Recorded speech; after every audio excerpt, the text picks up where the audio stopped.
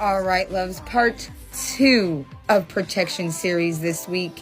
And this one is very mundane because it is literally a law to have it on you at all times unless the property in which you are in has a different policy.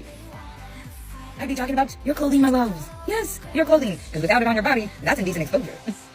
I'm a very big believer in mundane to magic. You see, when I was a child, I played make-believe a lot. And my clothes usually became my costume. Even if it didn't look like a princess dress, it sure was in my mind. And that is how I use my clothing to this day. Now, the easiest way to achieve protection with your clothing is the coloring of your clothing. My top 4, maybe 5 colors that I go to for protection is number 1, black. I own more black tank tops than I do underwear. I'm not even kidding, my loves. My second one would be blue. Not just because of Odin, but because blue is a very protective color. I also like to throw in the color Blair, or a very dark navy blue. It gives me a nice mix of black and blue, and I look good in it. I also like to wear the color purple for protection. It's very royal, and it wards off evil. And I love to wear the color green for protection, because green represents nature, and, well, nature is a very protective force after all. No matter if you have a big personality like me, or a mild personality, having multiple forms of protection on you is never a bad thing. And this is where sometimes even my jackets come into play. You see, if my jackets, or a vest, or anything that I would put over my actual shirt has snaps, or buttons, or zippers, anything to keep it closed, well, I use that for protection as well, to ward things off and keep things out, and to keep certain things in. I also use the pockets of the hoodie for protection of my items.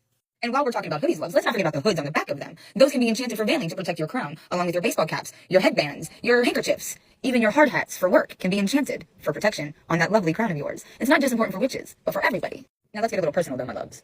Did you know that the Hatter also enchants her unmentionables for protection? Oh yes. You see, my root chakra holds my creativity. It also holds my feminine power.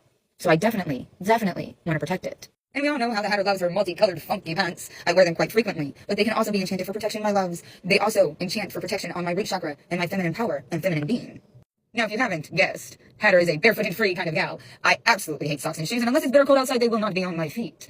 But if I do have to wear some form of shoe, whether that be flip-flop, sneaker, what have you, they are always enchanted with protection, and even draw a sigil on the inside of them for it. And on those beautiful seasons that I don't have to wear shoes, I do draw things on the bottom of my feet, you see. Don't judge my feet. I walk around barefoot. They're built Hatter tough. So there you have it, my loves. Some wonderful mundane protection for you. Because after all, we all wear clothing and we all have our own fun, funky style. Might as well use it to our advantage, right? Most definitely. Remember, my loves, knowledge truly is power, and you are all worth being powerful. Take this information and make yourself so much more protected.